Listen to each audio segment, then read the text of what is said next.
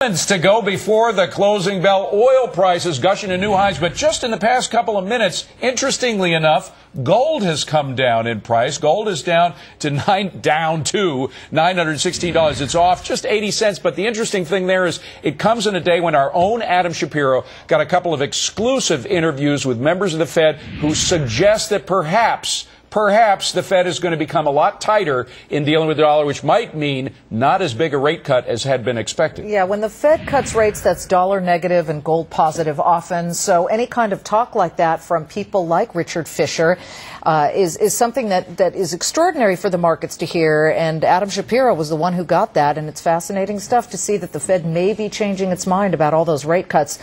Let's get the last ideas from our Fox Business panel as we wait for the closing bell, which is about 6 minutes away. We begin on Wall Street with our very own Tracy Burns. Tracy. Hi, you guys. Well, of course, oil was the story of the day. Earnings reports, too. Some of them not so great, some of them okay. Alan Valdez made a very interesting point earlier that of the companies that reported, 60% either met or exceeded expectations. This is in line with historical quarters in the past. This is how it's been typically. We are not doing all that bad. Gold stocks were up before. They have pulled back. Of course, the airlines getting hammered today. And you know what, though? It was a much worse earlier when we got news from UAL, the parent of United, that they might have had issues with their debt covenants. The CFO came out and said, no, we're fine. The market has come back a bit. We are only down 111 now. We were down more, considering the airline sector is down 12% today.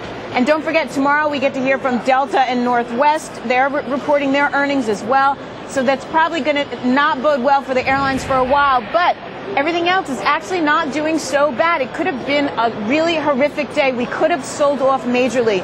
And talking to Teddy Weisberg earlier about this, you know what? We didn't have a ton of volume down here today, but there was a lot of volume elsewhere. Let's not forget that only about 35% of these stocks are traded here now.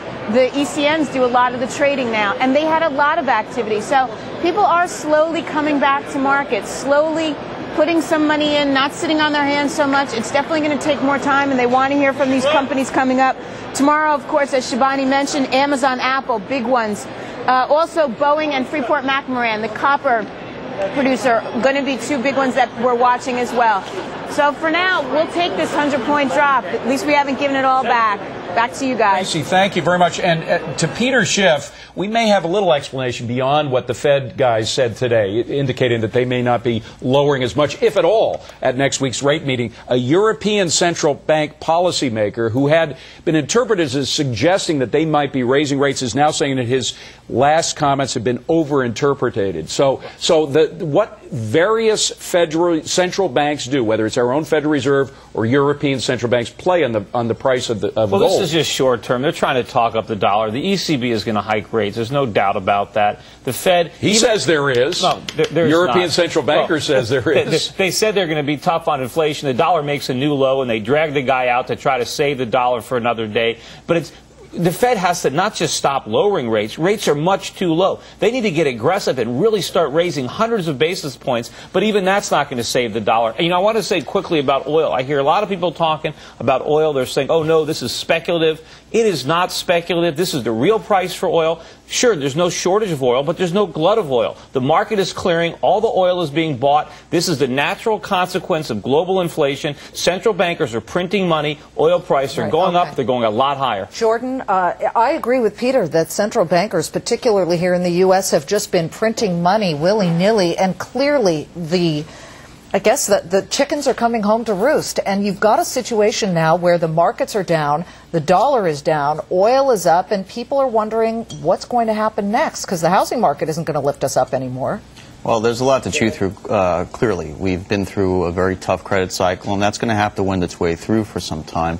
I think the positives are something seems to be, today's action, we are off the lows. The stock market seems to be discounting a lot of bad news. It's not getting wrecked on the worst news. We do have oil, I agree with everybody on alarming, or would seem to be alarming levels.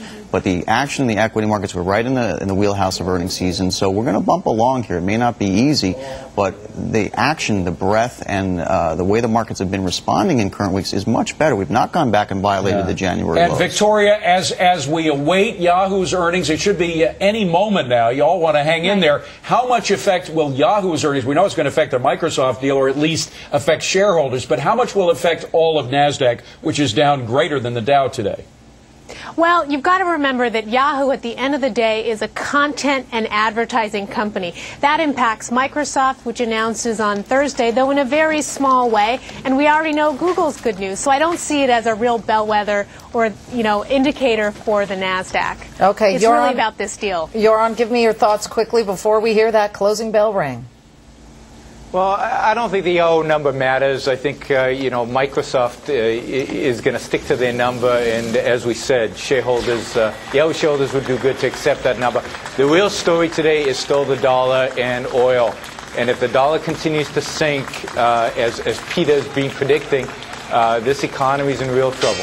All right. Well, the economy may be in trouble, but the market has come off its triple-digit losses, at least for the moment. As you hear the closing bell, the Dow Jones Industrial Average has recovered somewhat. It was down triple digits for most of the day. It may end up there. It's still settling as it turns 4 o'clock here in New York, but the trading day has come to a close. The business day, though, continues very busy after hours, and we've got a lot of financial news.